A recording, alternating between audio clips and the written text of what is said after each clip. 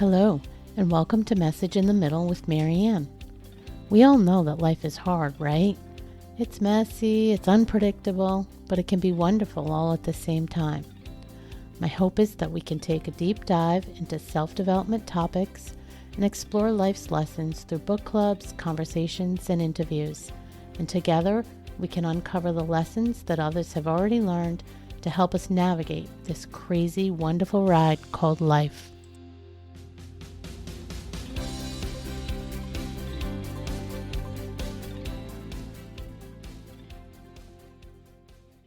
Hello and welcome to Message in the Middle. I'm your host, Marianne, and joining me today is Tara Wiskow. Tara is an intuitive energy healer and life reinvention expert who helps women break free from self-abandonment, self-sabotage, and the cycle of people-pleasing. After transforming her own life, losing 220 pounds, and overcoming deep emotional struggles, she now guides women to heal by releasing limiting beliefs, negative emotions, and blocked energy that keeps them from stepping into the life they truly want to live.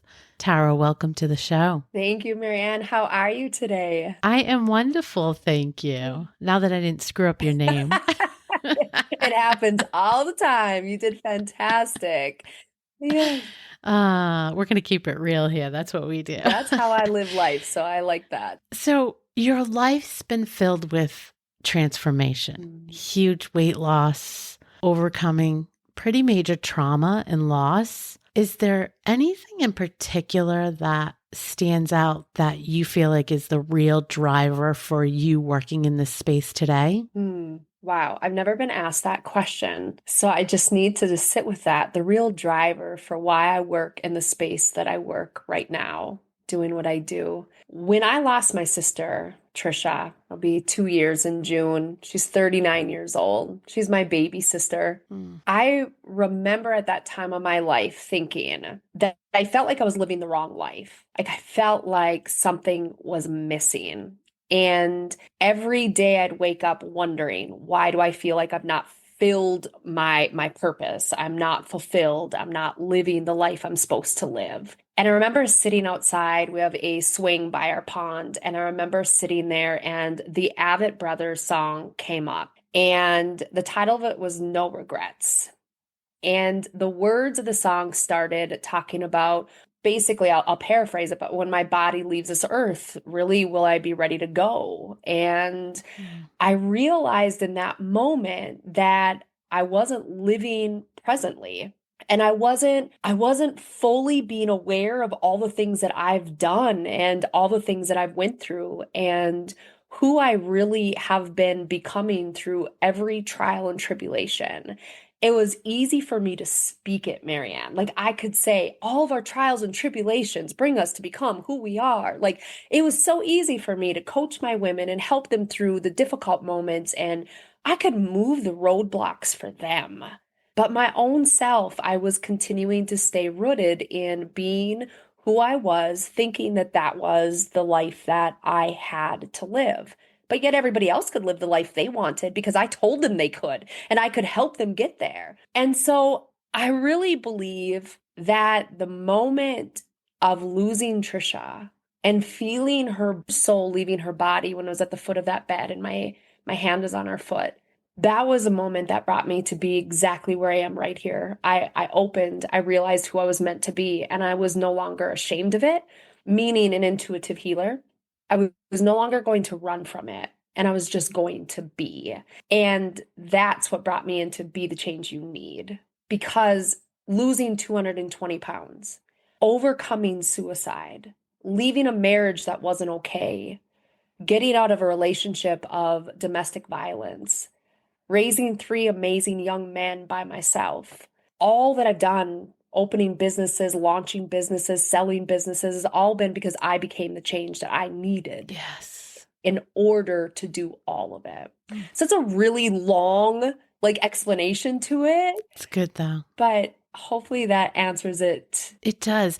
And it takes us on a little bit of the journey that you've been on. I want to dig into some of those components. But before I do, you hit on that you allowed yourself to show up as an energy healer, as an intuitive energy healer. And I was going to wait and talk about this a little later, but since you said it, I want to just get it out in the open. It's sort of the elephant in the room. I kind of debated calling it that, but it kind of is. Yeah. And here's why I say that.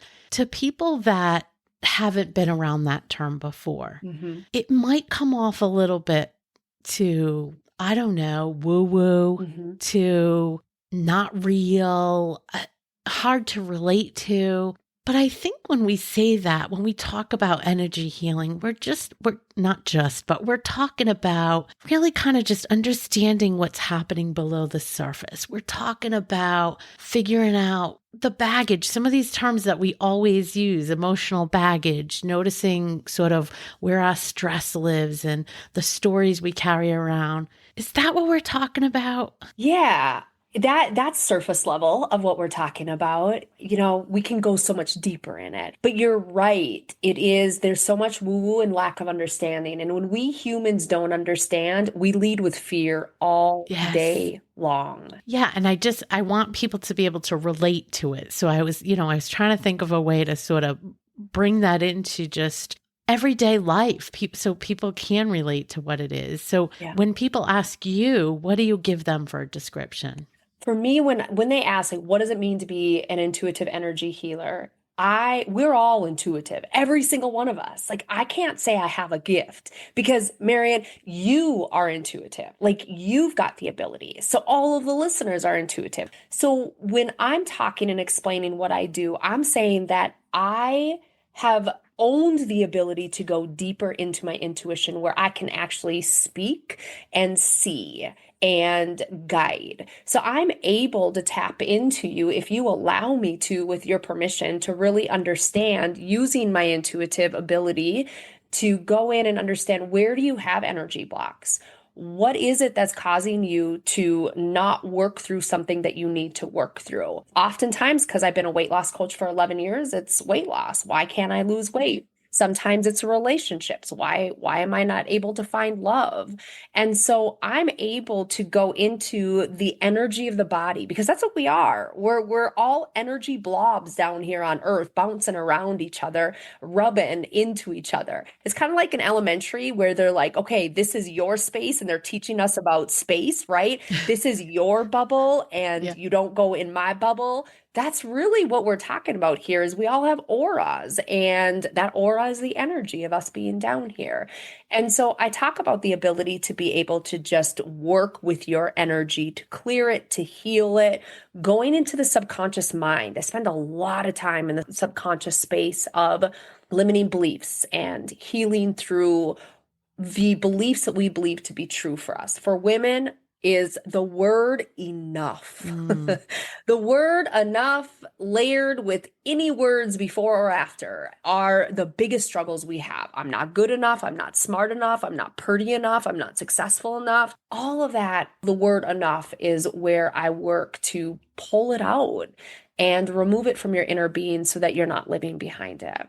And so when you pull it out, what's hiding behind there? What do you find? What are people seeing as their breakthrough when you can pull that out? Yeah, it really depends upon the person. They're finding, when you find that, is freedom. You feel lighter. You feel like an awareness within you that allows you to see yourself in a way that you've not been able to previous to this time. So often, I also do NLP, neuro-linguistic programming. And so this is timeline therapy. And when we go in and we discover the root cause of when you decided this belief to be true for you. So I take you into that spot. We connect with the energy. We go along your timeline. We release it.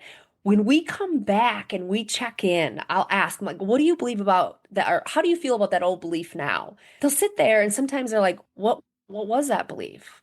Or they'll laugh and they'll say, I don't even know why I believe that, because it's not true at all. They sit there and they're so void of it. They don't have any of those emotions within them, and they're at peace. They're at peace. It's so amazing And I get so excited every single time. I cannot help but to like punch the air of excitement because I'm like, yes, it's gone. That belief that has caused you this harm or this pain or this agony for decades.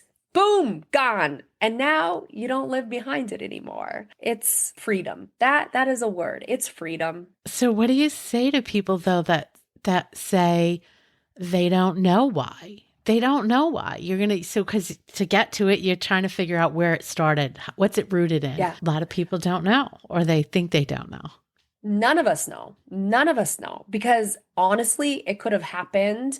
It's going to happen in these time frames of when we believe this to be true for us. It could be in our imprinting phase of 0 to 7 years old. It could be in the womb. I've had many, many women that have come into a belief when they're in the womb. It could be before your birth even, meaning, or it could be during your birth in the womb or a past life or passed down generationally. If you believe in those, if you don't believe in past life or things being passed down generationally, your subconscious mind won't even allow you to entertain it. So if somebody says, well, I don't know, I'll say, well, I know that you don't know, but if you were to know. And when I say that, your unconscious mind is a cheerleader in the background saying, oh, I know. Hey, pick me, pick me. Like, I got this. Your unconscious mind knows everything. It is your hard drive. It is like your laptop. It's the hard drive of your entire being. It knows everything. It stores your memories. It stores your experiences. It has been with you all of your lifetimes. It's been with you when you've been in between lifetimes. It has never left you. So your unconscious mind has all the information that you need. So it's there. You just don't know it and you just don't know how to get to it. Yes. And with this work, we can get you to it. For instance, past life regression. I had a session with a woman today who is 56 years old, and we went back multiple past lives to be able to connect to something that has been deeply rooted in her in this lifetime and has caused her a lot of pain and agony. And we were able to get to that moment in the 1800s when this became a truth for her. And it has traveled through lifetime after lifetime after lifetime. And I was able to help her. All healing is self-healing. I've been told by mentors, and I love this, I think it's great, I am a really good tool. Sounds terrible, but I'm the tool to help the healing happen. And together, her and I were able to use the healing modalities to remove that from her, to remove it from her inner being and bring her back to the present moment, no longer having that belief, no longer having that energy within her. So it's not going to follow through into the next lifetimes. I think that's the most exciting piece for me. And I get emotional when I think about that. One that really makes me emotional is when I think of women that are healing themselves and it's not passing on to their children. That means generation after generation after generation don't have to go through what you went through. And I also think of it that you're freeing yourself from future lifetimes of what you've been experiencing in this lifetime. And I hope and pray that my sister Trisha finds somebody like me in her new lifetime, because I have found that she's in the womb. And I know that sounds woo-woo for a lot of people, but she's in the womb. And at some point in time, she's going to come into linear time of human form. And I hope that when she's ready, she finds somebody like me. Maybe she'll find me and I'll be able to heal her. And so she won't have to go through what she's went through in this lifetime. I love that thought. And it definitely is going to be a little too woo-woo for some people. But Yeah. I guess, I mean, it's all part of being open and curious to learn more about it, that people can just expose themselves to it and then make up their decision. So true. Because they probably haven't been exposed, right? That's the thing. And it's when you don't know, you don't know. And I have to be honest, I've been not a skeptic. I've always been curious about it. I always thought it was amazing, but never thought I could be somebody that would be, right, so amazing. Like I get goosebumps and I'm so like tickled pink that I was a chosen one, right? Like I'm so, Yeah. and I opened up when it was about a little over a month after I lost Trisha, and my husband and I were gone on vacation. And all of a sudden, the very first day, we were gone for 5 days. The first day that we got to Stillwater, Minnesota, where we went for our anniversary, I heard, I need you to get a gift for mom from me, exactly word for word. And I ignored it. I was like, well, that's odd, whatever. And so I went about my day. And the second day, I heard the same thing. And the third day. Finally, on the fifth day, I looked at my husband and I said, Trisha wants me to get a gift from mom for her here. And he's like, oh, okay. He is like skeptic all the way. Like, this is not possible. He's the man that says, if I can't see it, it doesn't exist. So it's never going to exist, right? Yeah, my husband Yeah. would. Yeah. And so finally, as a skeptic, believing like not a skeptic, but not a like a okay, whatever, this isn't possible for me kind of thing, right? I'm like, okay, Trisha, fine then. Yeah. Where am I going to find this gift? I'm like so sarcastic. I get snarky when I'm like like unsure of something. And she said, in the gift store. We walked by that gift store multiple times while we were there. I never saw it once. I never knew it was a gift store. And so I told my husband, I said, we have to go to the end, get to the stop sign, go across. It's in that gift store. He's like, okay. So he's along. Thank goodness he's along for the ride. He's like, whatever. So we go up the stairs into this gift store that I didn't know that existed. And I go in and I say, okay, Trisha, now where? And clear as day, I hear in my head, straight ahead. And then turn right, turn right, turn right. And I get to this point where I'm like, you're just taking me in a circle. So now I'm getting really frustrated because I feel like I look like an idiot and I'm stupid and I'm falling for this ridiculous trap that's going on in my head. And then I hear it's down on the bottom shelf. Before Trisha passed, she passed of cancer and her lungs were full. My mom and her were sewing coffee cup coasters to keep her busy and moving to help her with breathing. And on this bottom shelf was a coffee cup. My sister was 4'10" because she had a bone disease, so she's very short. And on this coffee cup, it said, I will always be with you and I will always love you, your short one. Wow. Right? Right. In Wow. that moment, I remember picking that coffee cup up, right? I started bawling. I go to the checkout counter. There's three ladies. They're looking at me. I tell them the story. They're bawling. And we're like, just. In that moment, I was like, this isn't like make believe. This is real. She's talking to me. Wow. So I understand being a skeptic, but I've also understood that when you're willing to be open to it, magic happens. I love that story. I was not expecting to go here at all, but I do that to people. I am personally fascinated with it. So, wow, thank you for sharing that. And then Thank you. You're welcome. she stopped talking to you and other people started talking to you. I say people with some air quotes, guys. Yes, yes, they are people. They're spirits, but they're people. I am not your typical intuitive healer, medium, whatever you want to call it. I'm just not. They're people to me. They are. And I kind of break the mold on almost every single thing. As a weight loss coach, I'm not your typical weight loss coach. Like, I'm just not. That's just who I am. And I'm learning to love and embrace that because that's me in my most authentic space, right? Yeah. But she still talks to me. She still does. Not as prevalently, not as often as I want. But she'll come to me if I ask her to. Before she was in my face and I was like, get out of my face. Like there's no time for this. But I realized that she was there. She was my guide to help me fully open and to realize that this has always been my calling. Wow. I've always been a healer. This has always been something within me. When I was 9 years old, I believe, I saw an accident happen before it happened. And it was my mom, my dad, and my two sisters. We were driving and all of a sudden I saw rolling, like bodies rolling in a vehicle. And not even 30 seconds later, we hit a patch of ice and we rolled, literally rolled down the ditch. And everybody's fine. Everybody's fine. But I saw it. And I've always had these premonitions or these visions come through. I just thought it was normal. I mean, I've always been odd, but I thought that was my normal oddity of being me, and everybody experienced that, right? So yeah, she still talks to me now, but not as much and more if I bring her to me. She was there when she needed to push me into being who I was created to be. That's wild.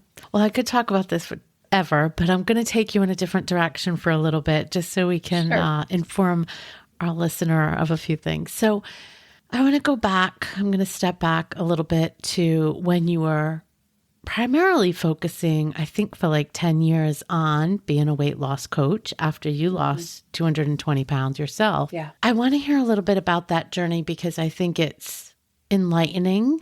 And I also am wondering, like, what was the breakthrough for you there? And I'm guessing it ties into some of this, but tell us a little bit about that story because that's a pretty substantial weight loss and you've kept it off now for all these years. So Yeah. talk to us a little bit about that. Yeah, what a journey that it was, to be honest with you. I was 338 pounds. I was deemed morbidly obese. I'd tried anything and everything. Doctor prescribed, friend recommended, internet suggested, starvation, deprivation. I'd went through it all. And I had become a single mom. I went through a divorce. So I had three boys, and I was the primary parent of these boys. And trying to be the mom that I always envisioned that I would be was becoming very clear to me impossible because of my weight and how it really held me back. And so I started to struggle mentally and emotionally with who I'd become. And I started to make choices in the weight loss realm that were really, really poor choices for me.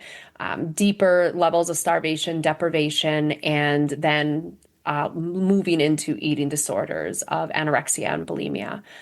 And when that didn't work for me to actually create the weight loss that I thought that it would, I became suicidal. And I had an experience at the park, and I would go to the park with my boys, and I was always the park bench mama. And I'd let all the other moms be the ones that ran with my boys. They took them under the wing. And one day I wasn't paying attention and everybody left. Last few were leaving, and I was deep in thought. And here are my three boys with their dirty faces, and they want to play their favorite swing game in the world where they're swinging and I'm running between them. And this is their best game, right? And so I agreed to it, and I said, it's just a couple times and we're going. And we're having so much fun. And it was my oldest son, Trevor, then my youngest son, Treston, and then my middle son, Trey. That's the order of the swings. And I went by Trevor, and in going by Trevor, I tripped and Treston ran into me. And the force of him hitting my body flipped him backwards. He was 2 years old. And when he flipped back, it cracked his head open and knocked him out. And I remember picking him up. My other two boys are bawling. There's blood everywhere. I mean, the head bleeds so profusely. Scary. And I remember trying to run with him. And when they say, like, when adrenaline comes, you can lift a car. Well, I don't know where the hell that adrenaline was that day because it wasn't in me. I would run 5 steps and I'd have to stop and catch my breath. And Trevor and Trey were bawling because they thought their brother was dying. Yeah. And by the time I got to our van, Tristan had finally come back to, and we got him to the ER. He was fine, right? Staples in his head, proud of these staples. The boys get a lollipop. And that day when I left with deep remorse and disgust and absolute just guilt and shame of who I'd become. And that was a day that I was determined that I was going to leave this earth, and that I was going to let the boys finally have a mom that they deserve to have. Was my thought. And as we always know, I mean, if you speak to God, the universe, the higher power, whoever you speak to, I speak to all three, they always have a bigger and better plan for you. And I thought I'd lock the door on the bedroom, and I didn't. And when my middle son, Trey, walked in, he saw the situation as it was, and he asked me this question: "Are you going to die, Mama?" And because I found at 8 years old out on accident that my dad, who I thought was my dad, was actually my stepdad. I found out on my birthday and Easter, this time of the year, my birthday was just 6 days ago, I found out that I had a whole different family and a different dad, and that I'd been lied to for 8 years of my life, which is why I'm an identity shifter, because I started at the age of 8 shifting identities to fit in. I promised myself and my boys that I would never lie to them, ever. no matter what the consequences were or the situation would never lie. So I knew when Trey asked me that question that I had to say yes or I had to say no. And whatever my answer was, it had to be my truth. So when he asked me, "Are you going to die, Mama?" I remember sitting there and all of a sudden I heard, just like I heard my sister's voice, "Tara, you have got to find a way to love yourself as much as you love your boys." And that was the moment that I realized that the only thing I'd ever not tried to lose weight was to love myself. I had hated myself. I had hurt myself. I had punished myself. I had ridiculed myself. I called myself Heifer Hannah. When I looked in the mirror, I was so mean to myself. And so my response to Trey was, "No, bud, I'm not going to die." And that day, I made a commitment that I would love myself down the scale and that I would speak love to myself and that I would love the woman for who I was that moment, that day, every single day until I got to the body that I wanted. What I didn't know in that journey is that I would fall radically in love with myself. I was just doing it to lose the weight and to feel proud in my body so that I could fit into clothes I wanted to fit into.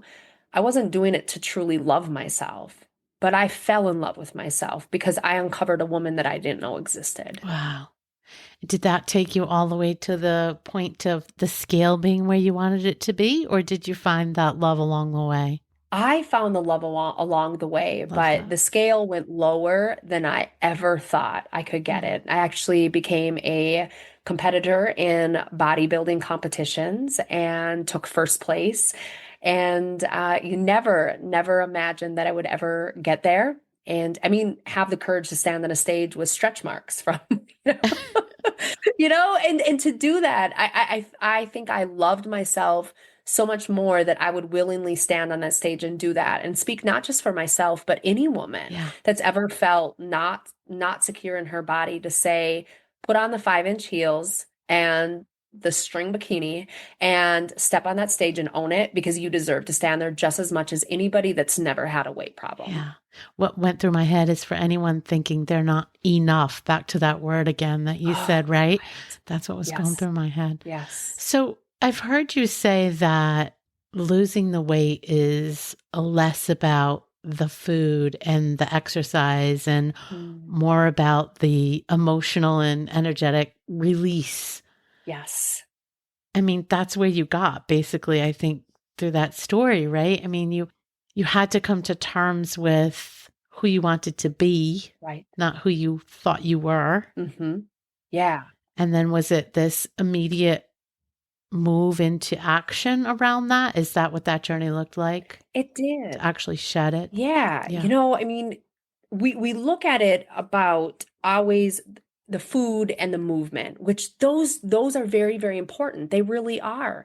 But if you don't have the emotional backing of it, if you don't know why you want to do it, and you're doing it from a level of love, that you're doing this because you love yourself, that you value yourself, that you want to give yourself something that means something to you, that matters to you, and you're not healing yourself from the inside out. I mean, even before becoming an intuitive healer, I, for 10 years as a weight loss coach, have spoken healing, healing, healing, healing. You've got to love yourself, see your worth. You need to go in. Let's really work through, why are you being triggered? Why do you speak this way to yourself? Like really getting to the root of it, because when you get there, that fuels your fire. That is you showing up and doing what you're doing for yourself, regardless of the difficulty of the situation, regardless of the judgment of the people in your life, regardless of anything. You are showing up for yourself in a way that does not stop you from doing the work to get you to where you want to be. I think that we often hear about finding your why and knowing the why behind Mm-hmm. trying to change. I think what I'm sensing in this conversation with you is that a lot of people, and what I've seen, what I've witnessed, a lot of people can give a why, but it's sort of surface level why. So it's, I want to fit into my clothes, or I want to be able to play with the kids, or I want to be able to, I don't know, pick up my groceries by myself, whatever it is, right? People say, but I think I'm hearing You really got to connect to something deeper than that. Yes, you need to go at least 7 levels deep. That's what I do in my program with my women, my weight loss. Well, it's been called Weight Loss Revolutionized, but I recently am rebranding it to Bitchin' Weight Loss because BTCHYN is Be the Change You Need, which is my company name. Mm. But in there is a portion where we actually go 7 levels deep. And the purpose of that is, so if you say, I want to be able to pick up my groceries by myself. Now I'm going to ask you, why is it important for you to pick up the groceries by myself? Well, I want to feel like I'm capable of picking up the groceries by myself. Why is it important for you to feel like you're capable? Why I want to know that I've got that ability? Why is it important for you to know that you've got that ability? Why I want to know that I'm strong enough and that I can depend on myself? Why is it important for you to know that you're strong enough and that you can depend on yourself? Because I want to know that I can be there for others when they need me. Why is it important for you? Like when we keep going deeper, you start getting to the very core of what really is important to you. That brings us to that center where the tears start coming and where you start realizing, wow, this is the epicenter of why it's so important for me to lose that weight, why it's important for me to evolve or grow or transform in any area of life, even outside of weight loss. That 7 levels deep exercise will work for that every single time, because you have to get to the very epicenter of the reason why. So often women will come to me and I'll ask them, well, I always ask them, but often their response to my question of why is it important for you to lose weight? They'll say, I'm going on vacation. I want my husband to look at me different. I want to feel sexier. And those are all great things, but usually it's for external validation of something or someone else. We will never lose weight and keep it off if we're doing it for somebody or something else, because it's not for us. And we feel selfish saying that. We feel selfish that we would even think that we could do something for ourselves. And I'm here to say, don't ever feel selfish. Don't ever feel selfish that you want to do something for yourself, because you have every right, and every single bit of you deserves to do something that is important to you, that makes you feel amazing in your skin. You are enough. Yes, you are enough. There's that beautiful word. Absolutely. Take me through to, I think it ties in. So, a lot of people that are trying to make a big transformation, especially in the weight loss, well, I guess anywhere, the self-sabotage comes in again and again and again and again. We get in our own way, right? That's a very common thing. And I've heard you talk about that. But you also talk about self-abandonment, which I don't hear people talk about very much. Yeah. Can you elaborate on that a little bit? Every time that we self-sabotage, we do self-abandon, because when you're sabotaging yourself, you're actually jumping ship, and you're leaving the betterness of yourself, right? Or the highest good of yourself. So every single time that we allow something to sabotage us, we're abandoning our desires, our wants, our needs. Anything that makes us feel better about ourselves is being abandoned. So for instance, for me, when my husband comes home and it's Wednesday night, right? So he's going to come home and I'm like set to want to be on plan with my eating. I am on it, and I am adamant that I'm on it. He's going to come home and I guarantee it's Wednesday night. He's going to say, I'm going to make a pizza. Now, typically what I would do in the past is I would say, oh, okay, yeah, you know what? I'll have some, and then I'll just cut out a bunch of stuff tomorrow, or I'll do a fast tomorrow, or I'll just do whatever. I'll eat this and it'll just be okay. That's self-abandoning myself, because what I just got done telling myself is, I'm so proud of you for showing up in a way that's important to you, and that you are sticking to the commitment that you've made to yourself, and you're honoring yourself. Now he comes home and says, I'm making a pizza. I'm abandoning what I just promised myself, and I am giving him what he wants, because he doesn't want to eat the pizza by himself. He wants a partner in crime, right, to do this. So then he feels better about eating the pizza.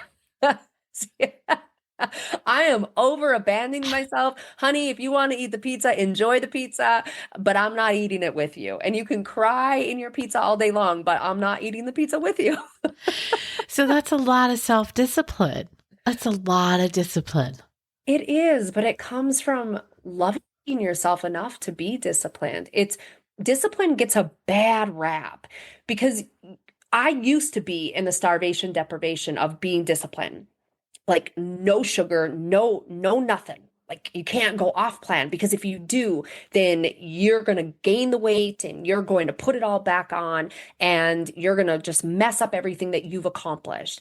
And so then you're disciplined because you're feeling like you're being held in this box and you have no Yeah. room to move. Right. Yeah. So discipline gets a bad rap because when you tell somebody, well, you need to be disciplined, they see themselves being handcuffed to the wall and stuck there and not Yeah. able to eat anything but, saltine crackers and water. Whereas for me, discipline is an inner desire of wanting to be committed to myself and showing up for myself in a way that makes me feel good about myself. Because I know that if I'm not, the outcome is a feeling that I'm not happy with. I don't like how I feel when I don't show up in a way that makes me feel good.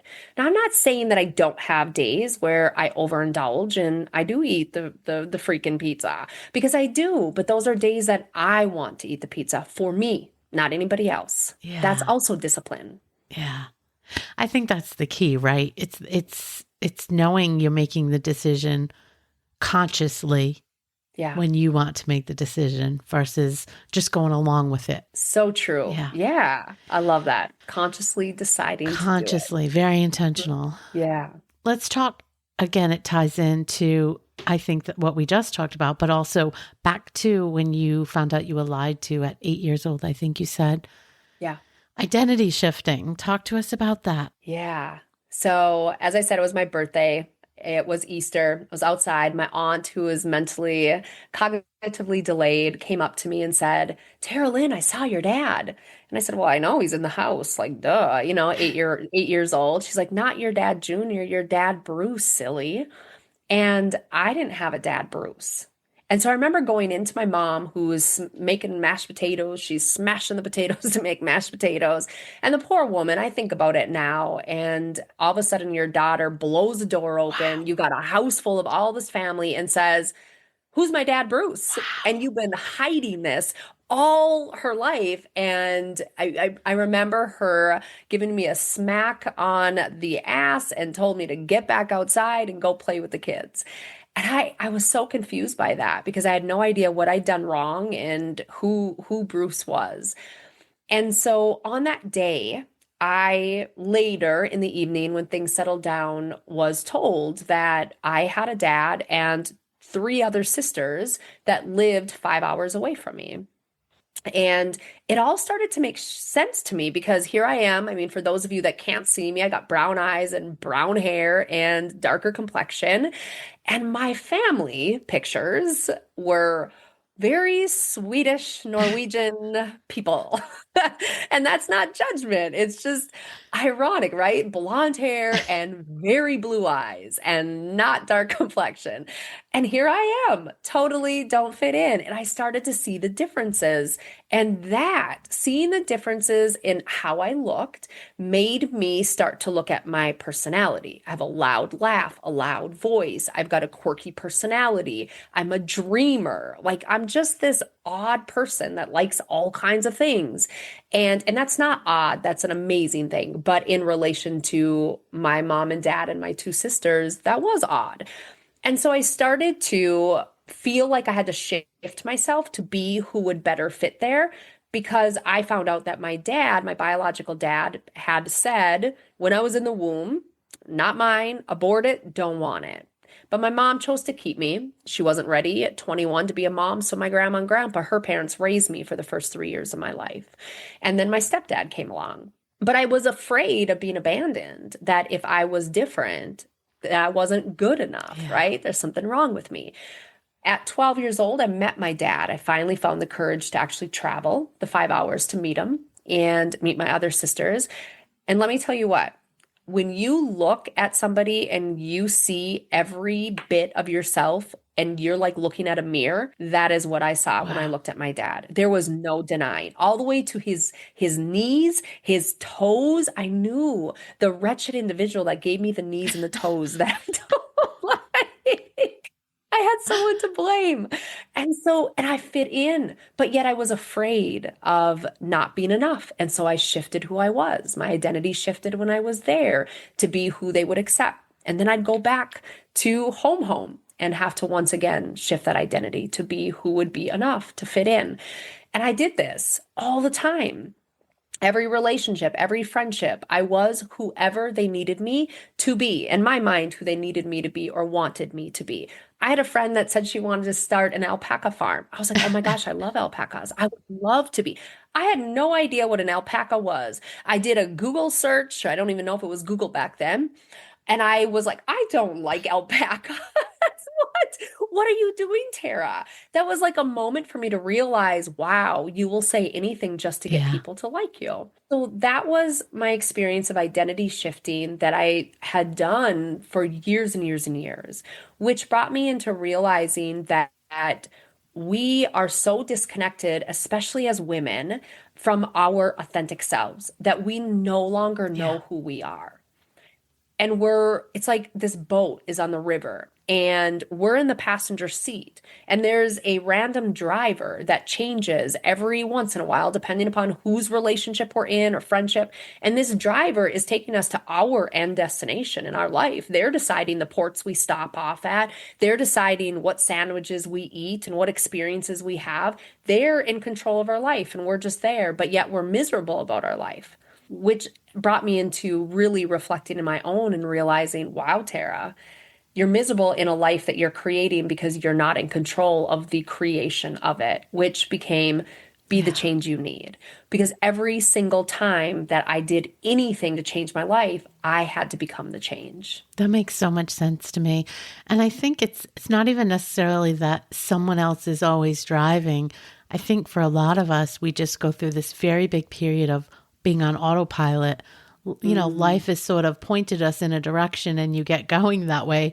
So you're on that water, you're going in that, with the waves or whatever, and you don't yeah, stop. You don't take a minute to stop and reflect on whether or not this is what you want to do with your life or who you want to be. And it just sort of happens. And I think that's, for me, what I've found is a lot of people in this stage, in like middle of their years, midlife, they start really having a minute to reflect and really think about, what was it that I wanted to be and who did I want to become? And that's when you start doing some of that deeper work. So yeah, I think it yeah, can happen both ways. I think it can be latching on to those around you, but it can also be just life. Life just it's messy. It gets in the way, right? And yeah. it pushes you to do things you wouldn't maybe have planned to do. So yeah. Very true. And we get busy. We're busy. I mean, we're natural caretakers, and that's what we believe that we're here to do is take care of everybody in our life. And even myself, last year, my youngest son graduated and I became an empty nester. And some days I question if I'm mature enough to be an empty nester. Not not that I'm old enough, but mature enough. And in that moment, it did give me time to start reflecting and to question, like, wow, where is my Yeah. life going and what has been happening? And it just happened to be all in relation with my sister's death as well, to bring it all into a full circle. Yeah. Wow. So I want to start kind of bringing us to a close here, but it's so much I could talk about. But I guess I'm looking to ask you if there was one message you could leave with people, what would it be? Oh, wow. One message. Oh my gosh. It all comes to self-acceptance and authenticity. Mm, I would say that if you are at all unsure of who you are, it's time to really just remove the blinders of what you keep in place to avoid yourself from actually going in and doing that inner work or noticing where you don't feel in alignment with your life. Like, where is your mind, body, heart, and soul not traveling together? And really begin to ask yourself, like, in a moment, a great way to do that is it's holidays, okay? So holidays are a good time. Holidays are always a good time for any personal development. When you go in and you feel this tinge of like, I don't like that. What about it don't you like? Or, oh my gosh, I love this. What about it do you love? Start really getting curious with yourself about different situations in your life, different feelings, different emotions, and ask yourself the what and the why about it. So you get to know you, start to understand you, and become okay. My other piece of this would be is making your no's no and your yeses yes, allowing yourself to be very rooted in allowing yourself time for you, to get to know you, to get curious about that. As long as you're continuously in that state of telling everybody yes and going and doing everything for everybody else, or saying no to yourself all the time, that's usually when we use the word no, is to Yeah. ourselves, then you're never going to have time to get to know you. And I want you to fall in love with you. I want you to look in the mirror and do what I did when I was 338 pounds and absolutely hated myself, is look at her in the mirror, look in her eyes and say, I love you, Tara. Say your name instead. I love you, Tara. And I mean, you can say love you, Tara, because I'll take all the love in the world. But really say I love you, and whatever else she needs to hear, I'm proud of you and I'm grateful to be able to be you. So there's a lot of messages in that. I've never been known to give just one. And it won't Oh, come easy. I think it's worth saying all those things are great and will help you start opening up to discovering and being curious about who you are and yeah, starting to be able to, even if you don't move in that direction, just identify the direction yeah, in which you would move. But I think it's worth always acknowledging that it's not necessarily easy. It might feel yes, weird at first. So when I look in the mirror and say, I always. love you, Tara, that's going to feel completely weird. It'll, when you say I love you, Tara, it'll feel good because you're not saying it to you. But when you say I love you, Marianne, then it's gonna be like, oh, this is odd and weird, and that chick's totally off her rocker, Exactly. right? Exactly. Right. But it's worth Yes. acknowledging that for people because it takes time, it takes practice. I think self love is, I mean, you hear more about it. It's becoming a mainstream topic, if you will. Yeah. But I think that the keys to getting there are still a little gray for people because it's one thing to say it, it's another thing to actually live it and get yourself into that mode. So it's work. I think it's just, it's a practice. I think it's an ongoing practice. I agree. And I love that you acknowledge that and you allow people to hear you say that, because it is a mainstream topic and it sounds like it's so easy. You know, I have my own podcast, Be the Change You Need, and in it I talk about they told you to be yourself until you did. And it's so very much of like, well, just be yourself, or just love yourself. Just love yourself enough. Well, that sounds really, really great. I love the sounds of that. And could you just press the button so it just happens for me? Because that's how it's the only way it's going to work, right? So, yeah, it's hard. It is hard work. It really is. But just like anything, if you've ever been a parent or an aunt or an uncle or anything that's watched a toddler start to walk, it was not easy. They didn't just stand up one day and start running. They stumbled and they fell and they scraped their knees, they bonked their head, and they got back up and they skirted slowly around the coffee table. And with every single step they took, they got stronger, more confident, and more determined. And they gained the number one thing they needed: self trust. Yes. Yes. That's what, right? Mere work brings, is that self trust. The more you do it, and the more that you stay rooted in looking at yourself, the more you trust yourself to keep showing up for yourself. And when you can do that, the love naturally starts to happen because you know you can count on you. Yeah. It's consistency and the practice of getting consistent. Yeah. Yeah. This has been fabulous. Thank you so much. I will put all your links out there for people, but where's the best place? Is it the podcast or where would you send people to find your latest and greatest work? Yeah. Well, first, I just want to say thank you for having me. I appreciate you allowing me to be here in your space. And thank you to all of your listeners that have taken time to be here with us in our conversation. And to find me, the best place would obviously be either the Apple podcast or Spotify. Be the Change You Need podcast. That would be one of the best places to find me. Otherwise, you can find me on Instagram. And it's very important. I'm an identity shifter. So if you go to Instagram and go to just Tara Wiskow, that profile is so confused in who she is. So I need you to go to Tara dot Wiskow. That little period in the middle is so important. And then you can find me on Instagram. Oh, that's fabulous. Fabulous. Thank you so much for being here. Thank you. Absolutely. It's been my pleasure. I'm so glad that I've gotten to meet you and spend this time with you. Me too. Thanks so much for listening to today's episode of Message in the Middle. I hope you found something in this conversation that reminded you that you're not alone and that midlife isn't about winding down. It's about waking up. You're not done. You're just becoming. If this episode speaks to you at all, please share it with a friend who needs to hear it. And if you're enjoying the show, I'd be so grateful if you could take a moment to leave a review. It really helps other women find this community and this podcast. Until next time, take care of yourself.